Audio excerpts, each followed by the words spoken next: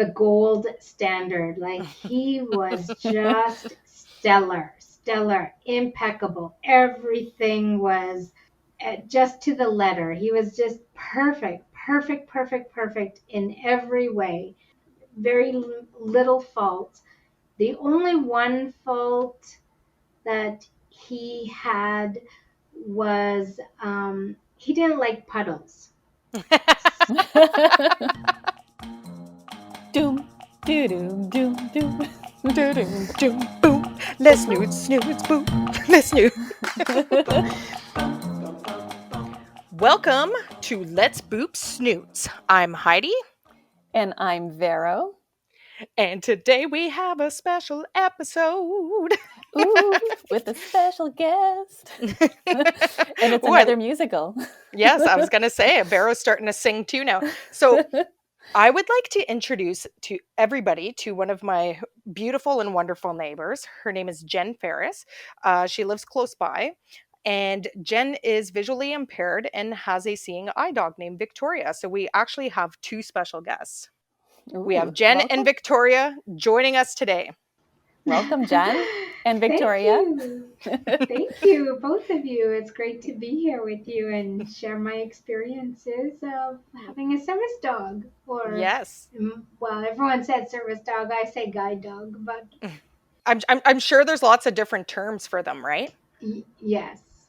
Yeah. Well, I am looking forward to hearing your story. Yes. So Thank maybe you. we can just start with hearing Jen's story, and then we'll get to the snoots, which is what we're all here for today. But do you want to just tell us a bit about yourself, Jen? Sure. Thank you. So, yeah, where do I begin? Well, I was actually born blind, and I was born in India and adopted to Canada by a Canadian couple. And I was number 5 out of the 6 children to be adopted into our family. And I was raised up in the Yukon, up in Whitehorse. So yeah, I was very, I guess I've always been very independent and autonomous. And from the time I was really young, I just always ran around experiencing the world as I encountered it.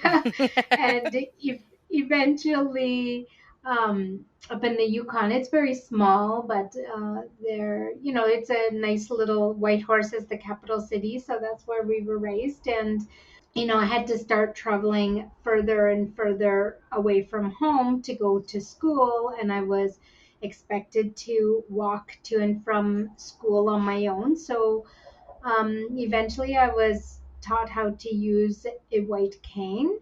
And so, for the majority of my life, I used a white cane, and it was only when I was 32 years old that I received my first guide dog. Oh my goodness. So And Wow. did you get a dog in the Yukon, or was it once you came here to our city, Ottawa? no, in fact, so I used a cane my whole life. My family never grew up with dogs. So having a dog was just not an option for me. In fact, it was I was adamant about not having a dog. I don't want to be a dog owner. I don't want the responsibility of a dog. Like a dog just wasn't part of our family, even of our vocabulary. And as growing up as children, we all wanted dogs, but my parents having to raise 6 children, Mhm. primarily my mother, she's like, no, I have enough animals to look after. It sounds like a There's lot of no way. responsibility. Yeah, 6 exactly. children.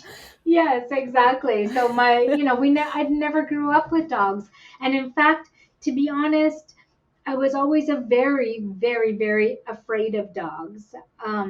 As I mentioned, I was born in India, and I was in a little tiny village in southern India where I lived, I guess, with my family members. And at that time, we were always taught to be afraid of dogs.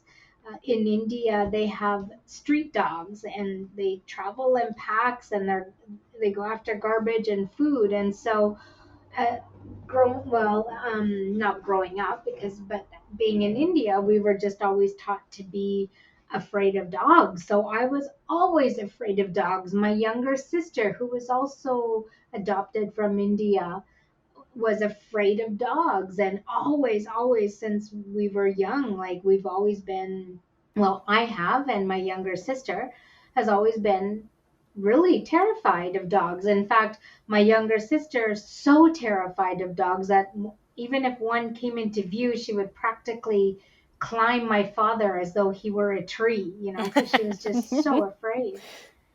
So, how does one that is so terrified of dogs end up with a dog as a support animal or Oh yeah, service so dog? Excuse me. that was it. That's You had asked me that question. So, and in fact, so I wouldn't, a dog just wasn't ever part of my vocabulary. I was 18 years old. I moved out of my parents' house. I went to the Yukon College. I lived in the Yukon for a couple of years, raised money to go off to university. I moved out to Victoria, where I did my university degree, my bachelor's degree, my master's degree. And I took a break in between. Okay, yes, no, no. So I was here at the University of Victoria. I was in residence, and I met two other women who had guide dogs. And one of them was my next door neighbor at my end of the building, and the other one was at the far, far other end of the building. And I got to just witness them with their dogs, and how smoothly and quickly and easily they were navigating the world, while I fumbled along with my white cane, and they were faster than I was, but I was doing my best to keep up, and I did. But I didn't want to. I was always, no, I'm not going to depend. I don't want to depend on people, and I am sure as hell not going to depend on an animal for my livelihood. I don't want that. I was just, yeah, that just wasn't what I wanted. But then I was starting to see these women and see them with their dogs, and how they were so close with their dogs, and their dogs were just so good. So good, because I've only been exposed to dogs that had horrible manners and just were not well behaved. And like, I don't want to have to deal with that. Like, I'm deep into my studies. I can barely afford to feed myself. I don't want to have to also deal with the dog and bad behavior dogs, and pay for everything that a dog. But then I was witnessing these women, and they were just so independent and very autonomous, and they were always interacting with people, and people came up and just were interacting with them because they had these beautiful, beautiful animals, and just they were navigating so smoothly, so I effortlessly, so I freely. find that so surprising, Jen, that like a dog helps you navigate the world faster than the stick does. Like I would have imagined it's sort of like the same, but I guess is it a huge difference?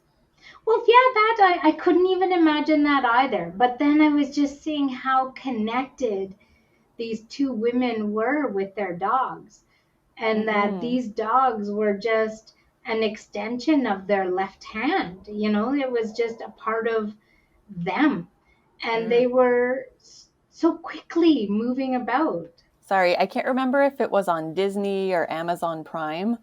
There was this series about seeing eye dogs and how they're chosen from when they're like 8 weeks, and they go to this family where they learn kind of like the basics, and then they go to this training facility, and they go through these series of training and tests, and they're matched with the individual that they think is the best fit. And then the end test where they either make it or not make it, and then they decide like which individual they go with. I guess there's that as well, where it's kind of like they're matched with the dog that's the best fit for them. And I don't know if that was your experience. Sorry. Yeah, I can talk to you about my application process. But and so both of these women got their dogs from the same place, from Guide Dogs for the Blind in California. It's in San Rafael, California, just outside of San Francisco. And so I had these two wonderful role models and examples, and I thought, wow, and their dogs were so good, so well behaved. They didn't smell, they didn't, I mean, sure, they have dog hairs everywhere, but it's just the nature, that's just what happens. And so I started thinking about this and thought, wow, they just go get their groceries whenever they want. They go to the bank whenever they want. They don't need to be shown a route 10 times before they get it. The dog and they just know where they're going. And I thought, there's something to this. But then, how badly do I want a dog? And so this is like, I'm 19 years old, or maybe 20 years old when I'm encountering these women. And I thought, well, I see this. I'm loving this. I think it's great. There might be something in there, but I just carry on. I'm deep into my studies, and every now and then I research different guide dogs, and I meet different people, guide dog like handlers and their guide dogs, and I ask a lot of questions, and I where their dogs were from. So I got to know that about five different schools, and I would just keep note, and eventually the internet was starting to be more available everywhere. This was probably about 1996 or 7, maybe about Hmm. 90, yeah, maybe about 97, 99, that time frame when I'm researching dogs and schools. And I spent a lot of time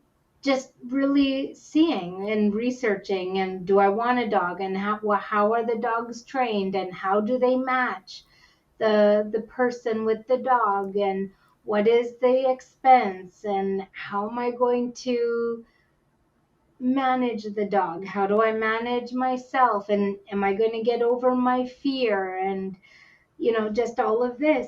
And so, yeah, for years and years and years, I just spent researching and watching other people with their guide dogs, and really thinking more and more that this could be an option for me.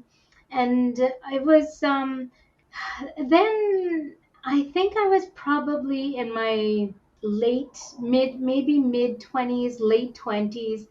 I was dating a guy. I took a break from my bachelor's degree, and I got a job out in Calgary, and I was dating this gentleman that had a basset hound, and this basset hound was just so lovely, and we had great fun, the three of us, going for hikes and walks, and I would spend time alone with the dog and playing with the dog, and really getting over my fear. Like at that point, I realized, hey, you know what? I don't have a fear of dogs anymore. And What about the howl? Did that basset hound have a howl? we had a howl. Oh, yes. I would like to see the basset hound hike. Oh, Me that too. was just so fun. And we uh, just went everywhere, and just, yeah, the dog would go into, well, I just saw how much more active we were because of the dog. Hmm. And I thought that was really great. And I thought, you know what? There's really something to this. So after a while, I go back to Victoria. I get a job at National Defense in Victoria. I enroll for my master's degree in public administration, and things are going on. I'm noticing though that I'm gaining weight. I'm not as active. I start picking up running with a friend of mine. I was starting to get really annoyed that I could only be active on someone else's schedule. I could only go get groceries on someone else's schedule.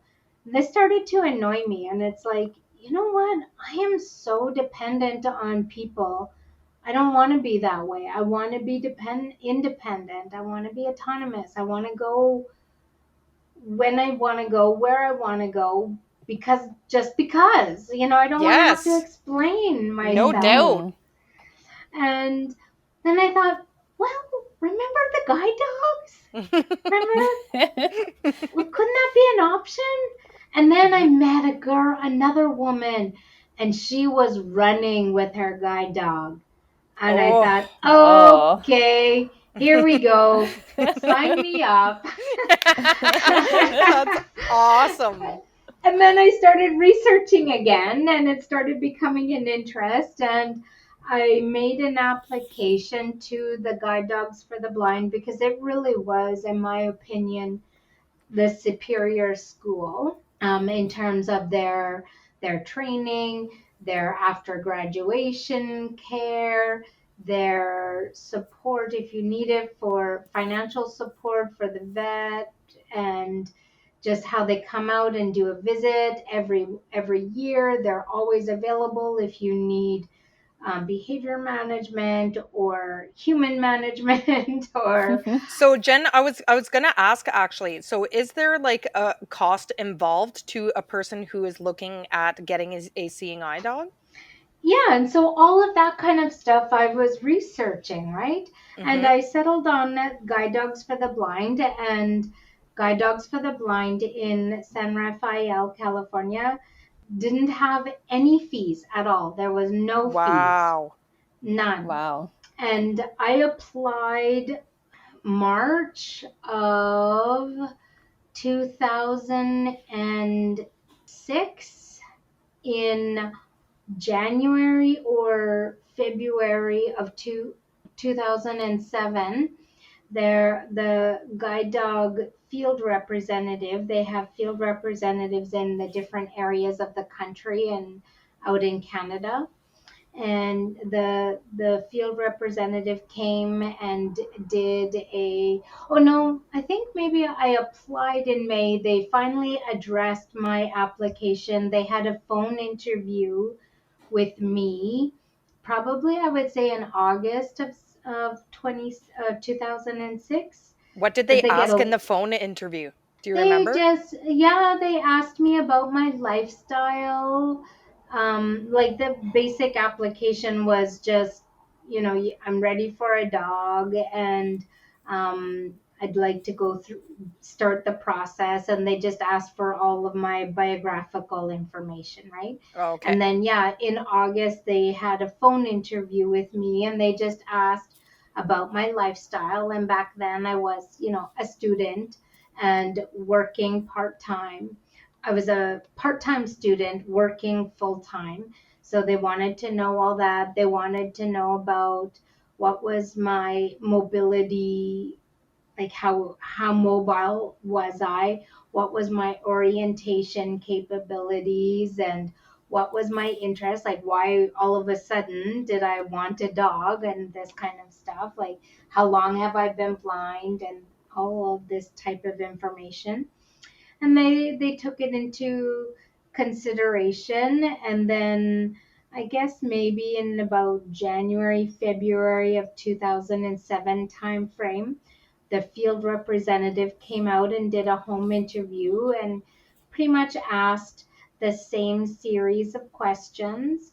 And then we went for a walk, and I grabbed my white cane, and he just observed me and my speed and how well I navigated around like street crossings and around objects that I encountered, and how well did I know my area, how familiar was I with my environment, and this kind of stuff.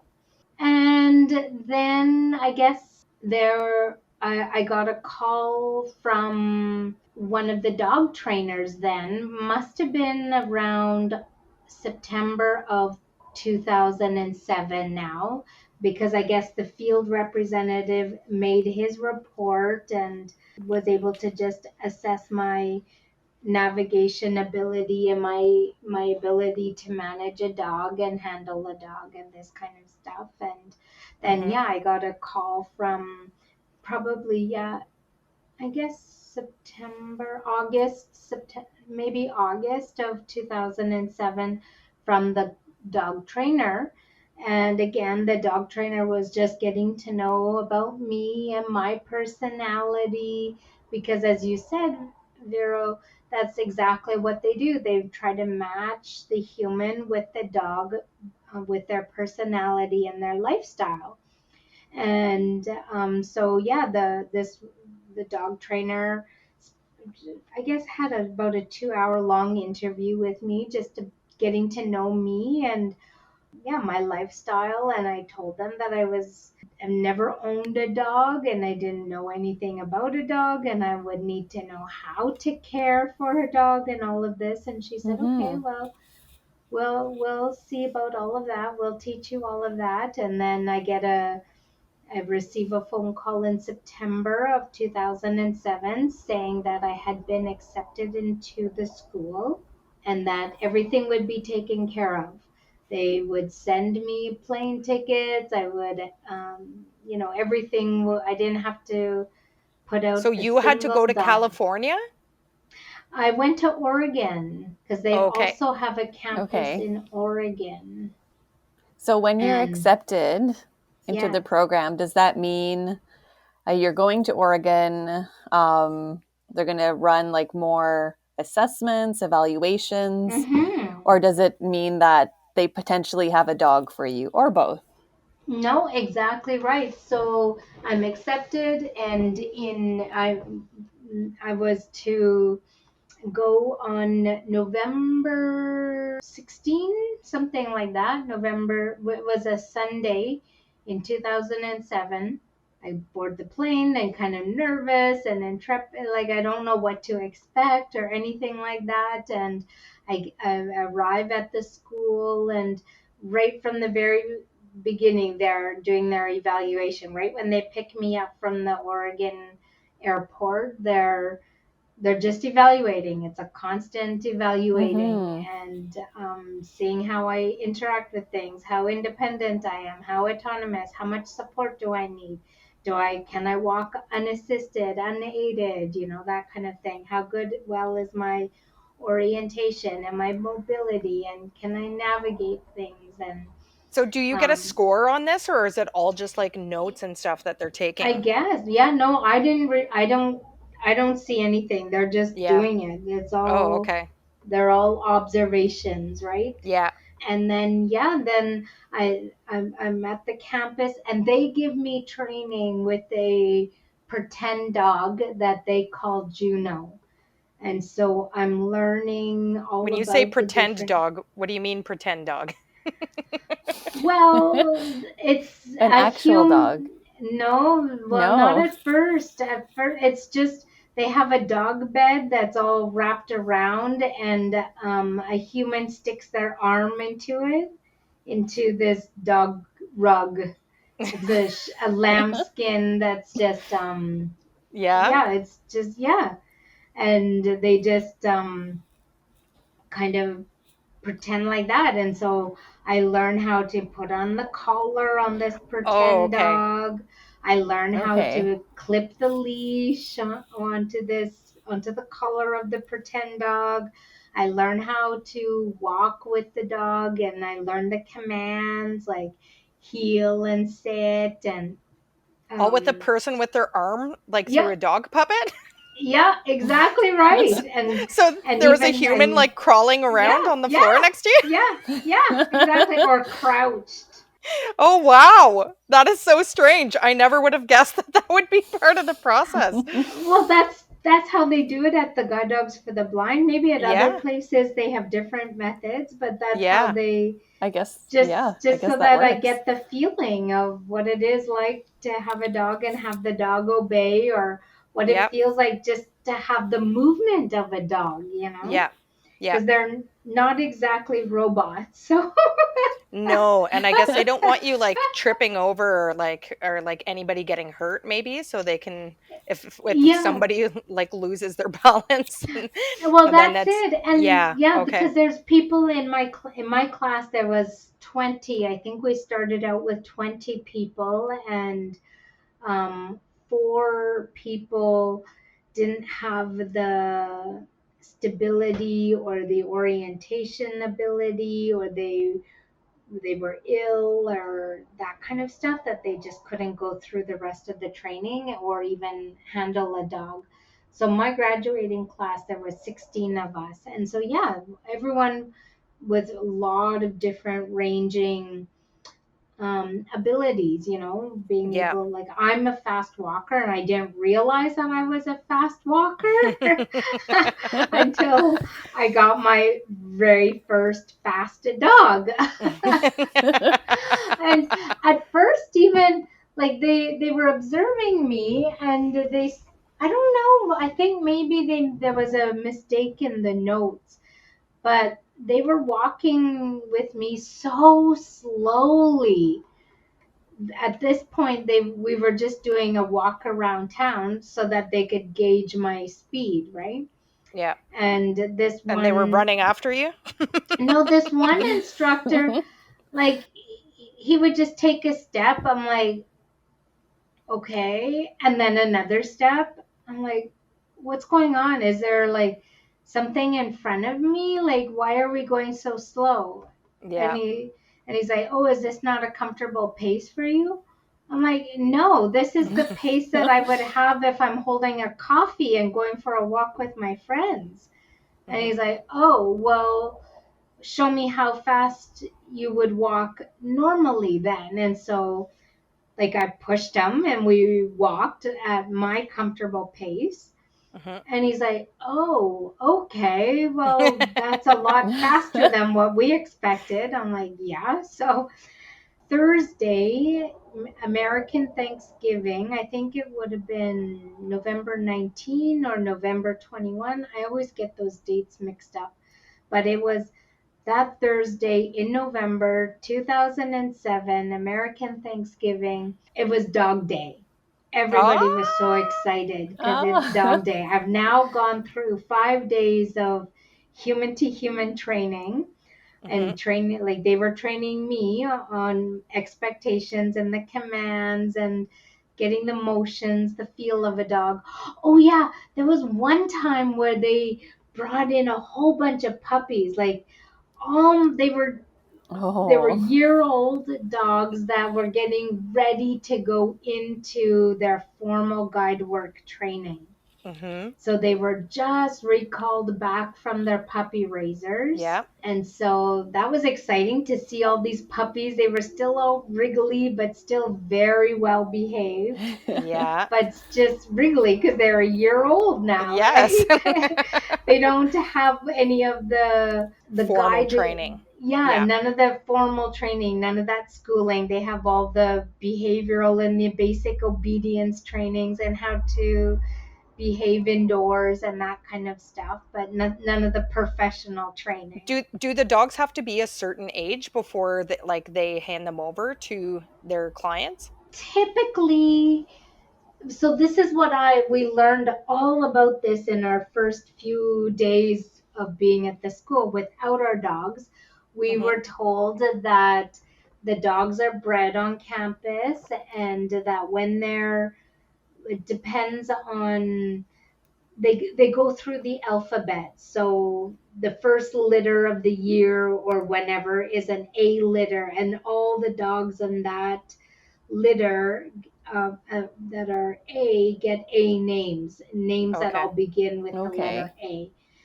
And then the next litter is the B litter. So all of those names begin with the letter B, and Yeah. they have a whole list of all of their working dogs, working guides, and former guides or retired guides. So none of them can be renamed, like have the same name. Yeah. And yeah, and so the dogs are born.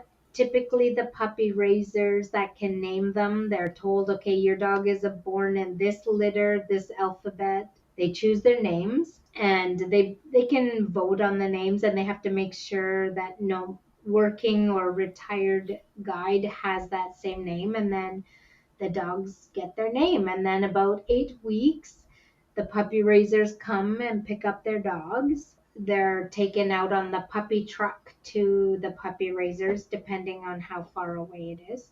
The puppy raisers do all the obedience training, the desensitization training, the walking in malls, the good healing, Hmm. commands, all of that kind of stuff, and walking on the streets and just seeing how distractible they are, and if they do go chasing after, cats or whatever, if they can work that behavior out of them, and all that kind of basic training is all Hmm. the puppy raisers responsibility, and they're highly supported from the school and their puppy raiser leaders in the community and that kind of thing.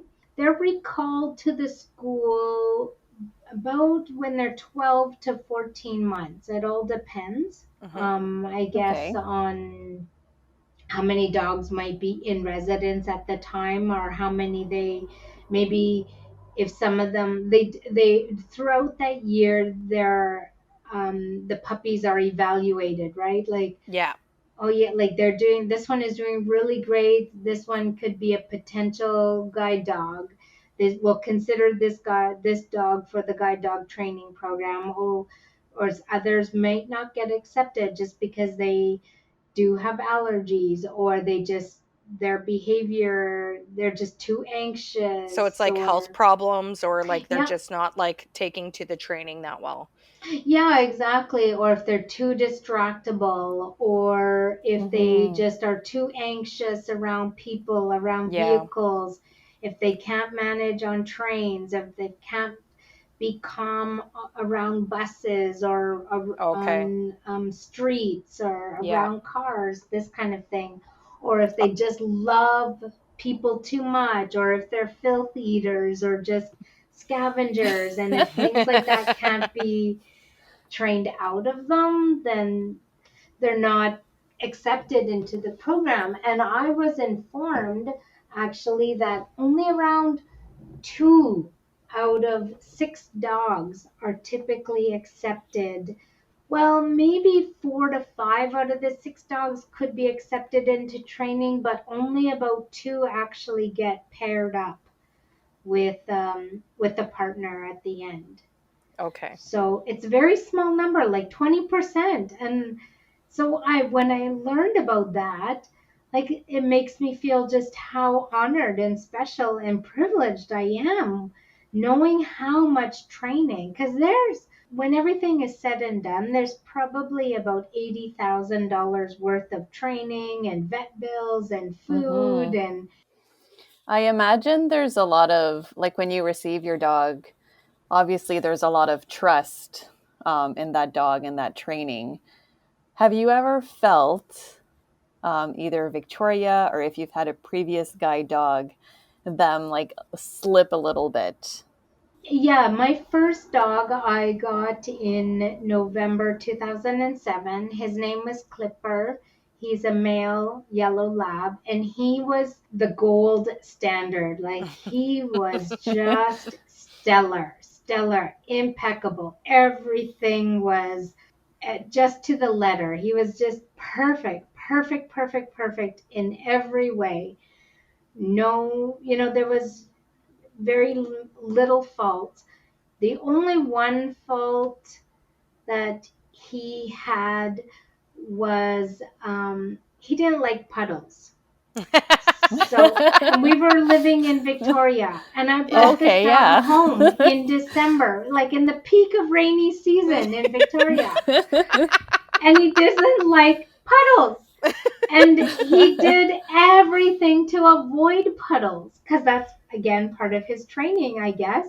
So the one bad thing is He was taking me out into the middle of a 5, 6 lane traffic. Oh no, Oh, Clipper, Six no. Clipper, lanes of no. traffic to avoid puddles.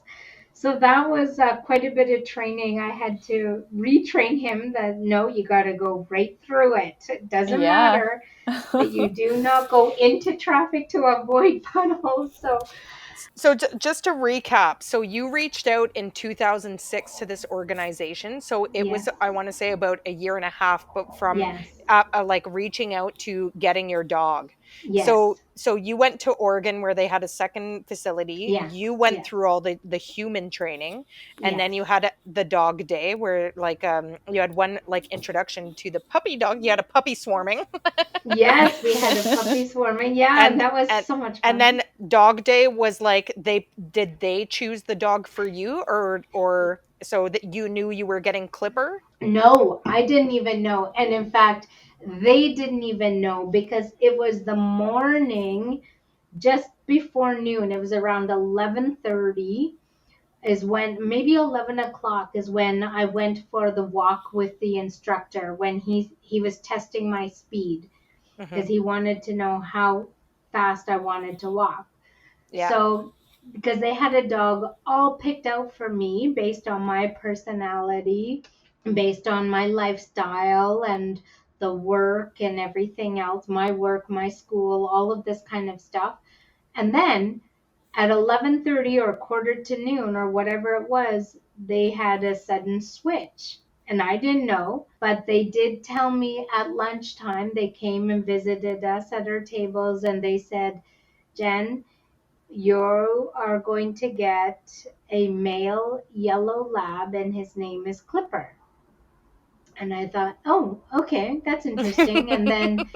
And we all finished up lunch and they all asked us to go back to our rooms and wait for us. And when we hear a knock on our doors, we will know that one of the trainers or instructors is there with our dog. And we want they had asked us to just calmly open the door, quietly invite us in and go take our seat. And so that's what I did. This sounds exactly like the series I watched. That's exactly what happened. I wonder if it's Yeah. that, if You it's might have them. seen the pick of the litter. Oh, yeah, that's what it is. Yeah, and that's what it's called. And that is the guide dog school where I got both of my dogs. That's Guide Dogs Okay. for the Blind. And yeah, they're the ones that made that documentary. So Victoria is from there too, Jen. Yep, yep. Victoria's from that same school, except she was the California or San Rafael campus, and I got Okay. Clipper in at the Oregon one. Oregon campus. Yeah. So yeah, so then I go and sit down. I invite them in, and I sit down, and they hand me over the leash. Like I give, oh no, yeah, no, they give the leash over to me, and they say, "We want to introduce you to Clipper," and they put the leash in my hand, and then I just went and touched him and petted him, and he was is so excited because he's like, this is the first time he's out of the kennel. And so he's getting to be petted by a human again. It's just, he's out of the crate and everything. And so he's just so excited. And he's like rubbing up all against me and just like turning over on his belly or over on his back, wanting his belly rubbed. And so I'm just getting to know him. And then the instructor says, okay, you've got to meet your dog now. Have him sit quietly so that we can have a bit of a chat. So I did. I collected myself. I asked him to settle down, and he sat and he lay down quietly beside me with just the two commands. And my instructor explained his coloring and his eyes and just how big he is and his weight and all that kind of thing. And then she left. She's like, okay, well, welcome to your dog, and I'm gonna leave you and let you two get acquainted. And then she left, and I just played with him and petted him and just walked up and down the hallway with him so I'd get a feel for what it was like to walk a real dog, not Yeah. a pretend dog.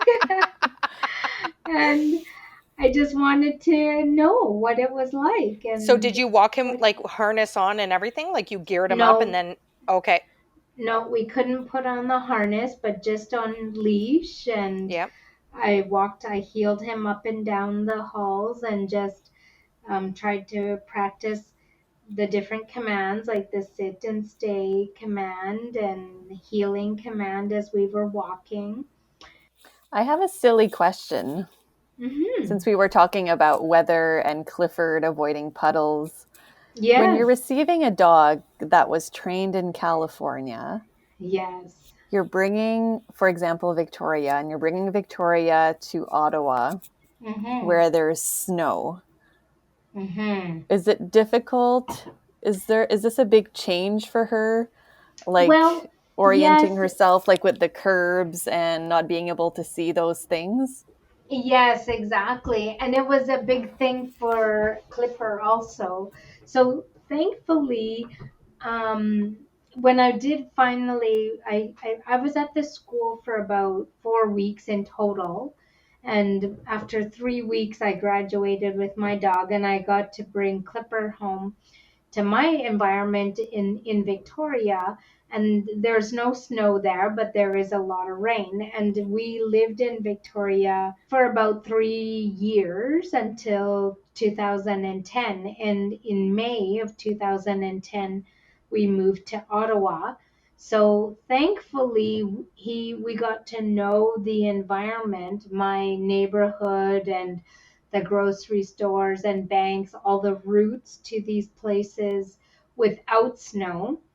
So when snow did come, thankfully Clipper knew all the routes to my places that I needed to go and to the bus and everything like that without the snow. So he knew where the curbs were. And Okay. the poor guy, like the first year that we were here, like there was massive snow banks. Like the snow banks were taller than my waist at some places. So he couldn't see around them. He obviously can't see over them. So Yeah. that was really hard, but he just did the best. He was just so good. He was just impeccable, very, very stellar with his job. He took his job so seriously. Like his work ethic, I think, puts most humans to shame with just and No he was doubt. so proud to work also. And even my master's photographs, my graduation photographs, he was so proud. Like he looked more proud than I did. Was he in your photos? Was he in your Yes, photos? yes, yes, Aw. Did he have a yeah. cap and gown? Tell me he had a cap and gown. He didn't, but he Ah! was in my photos. But so yeah, but then he, because he that's he's too dignified for a cap and Yes, absolutely. gown. Victoria would love it, but not Clipper. He was so regal. Like he just looked like he was royalty on display. And Aw. so yeah, and so but so yeah, so his work ethic was just so stellar, always spot on. He never needed correcting in his work at all, except for that one with the puddle instance. But then Yeah, he got accustomed to the snow, and he did very, very well in it. And yeah, these dogs are meant to be really flexible and adaptable, Mhm. right? And so yeah. You did mention they do send somebody yearly. yes, Is yeah. that for like if they need some training, kind of like maintenance or tune up? Well, so here's the other thing is that while he's my guide dog to be my eyes and my soulmate, the school he still belongs to the school. The dogs still belong to the school. So if I'm mistreating my dogs, the school has the right Ah, to come take their Okay. animal back. yes. Okay. Or if he's sick, if the dogs get sick, then the school will take them and care for them. Or if I were to get sick, then they'll come and pick up the dog and board the dog and do all that. I'll make sure all the training is still up to, they still have all their guide work training, right? So they Yeah. come, they do that to for their follow up, to just check on the health of their dog and make sure their dog is still working really well, and to make sure that I'm treating the dogs well, and Yeah. that kind of stuff, because we have, it's almost like an obligation. We have an obligation to keep the dogs in good physical health and in good mental health and good working condition, and make sure that they're up to snuff with their training, right? So Yeah. that's part of my obligation. And so, yeah, once a year, and during the pandemic, they weren't able to come out and evaluate, but they still called. And Yeah. if I have problems, then I can always call them. Yeah. If Clipper got really sick, then I could call them and they would authorize the financing for the vet or that kind of stuff. Or Yeah. if Clipper got hurt or if Victoria got hurt, then they could come and get the dog and do their own assessments and make sure that the dog is still fit for working, Yeah. or that if they need to assign a new dog to the handler. Yeah. So Jen, well, I think we're gonna have to have you back for a second visit because we're running a bit out of time. But we I'm will so ask. sorry. No, don't be Don't be sorry. sorry. We're gonna have you back again because I have like so many more questions. I find whenever you start talking to somebody about like content, there's just more Mm-hmm. and more and more questions. So we'll definitely have you back again. But I have one last question for you, and then maybe we'll wrap it up. And Hmm. my question is just, are you glad you made the decision? Like, how did Clipper change your life for you? Like, were you just like, yes, this is exactly how I wanted it to be? Or were there challenges where you're like, oh, like, I'm not so sure? Or tell us about that. So I fell in love right at the beginning. And of course, I cannot imagine my life without a dog in it. And Hmm. Same. when I made the decision, I had to retire Clipper because of his eyesight. Like, he was almost 11 years old, which he was just in really Wow. good health, and so he was Yeah. able to work that long. But the doctor was saying, his eyesight was, he was starting to develop cataracts, and he didn't want Clipper to have to work through a second winter with these cataracts. So I would have to retire him. And so, yeah, I mean, there's no way I was going to not be without a dog in my life. Of course, I made the plan for his Clipper's retirement, but it also meant making a second application for a second guide dog. And so there was just no way I was going to be living my life without a dog in it. And the 2 weeks where the between where I retired Clipper and when I went to California to get Victoria was the most loneliest, saddest, hardest, I can heartbreaking imagine. 2 weeks of my life. And I just cried and cried and cried and cried. And I just missed him so much. Like, even still, I miss him. Oh, yeah, for sure. Yeah. And he did die. He passed away in December of 2020. And I still cried. I cried then. And I can just, tears are in my eyes now, just thinking of him. And I wasn't able to be at his side when he was passed away, because, or when he was, given the needle, because COVID and nobody was Yeah. allowed in Mm-hmm. anywhere in any place. Where did he go, Jen, when he retired? I When lied. I Another retired question. him, sorry.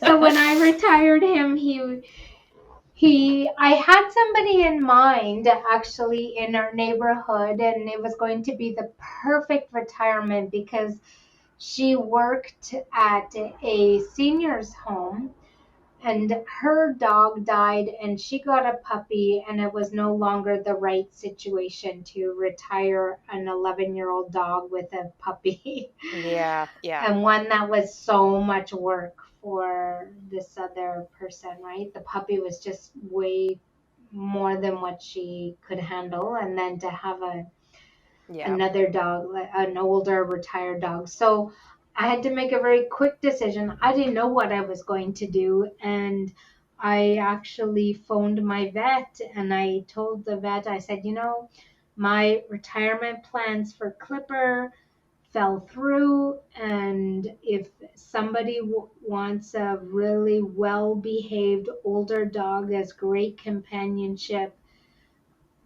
Clipper is available. And all I ask is that I have that opportunity to interview. And one of the vets actually at the animal hospital where I take the dogs phoned me up and said, my mother is in her 80s. She needs somebody, she needs a dog that she can walk and be responsible for. Would you consider retiring Clipper with my family? And I said, well, sure, why not? That sounds Could I perfect. provide for a better, she's Yeah. living out on a lake, and so Clipper was out in cottage country, Oh, far Oh, nice. west. Good He for was out, him. yeah, exactly. He was out on Mississippi Lake, out in cottage country, absolutely spoiled to death. I mean, this dog got his own slice of pizza every week.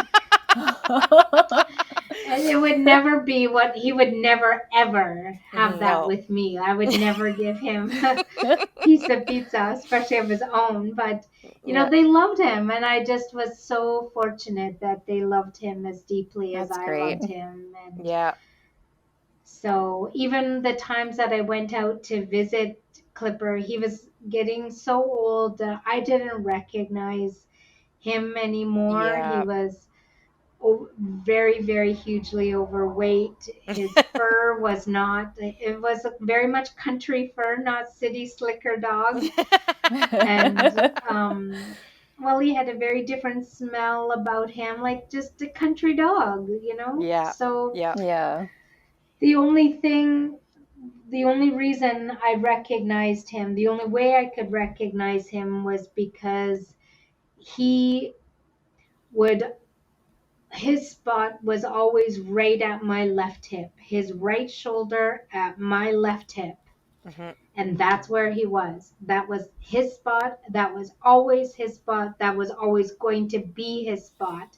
And Yeah. he would even nudge out Victoria, who was on leash, so that he could have his spot right beside me. He's like, Oh, move so over, good. little one. Yeah, exactly. Like, get out of my spot. That's my spot.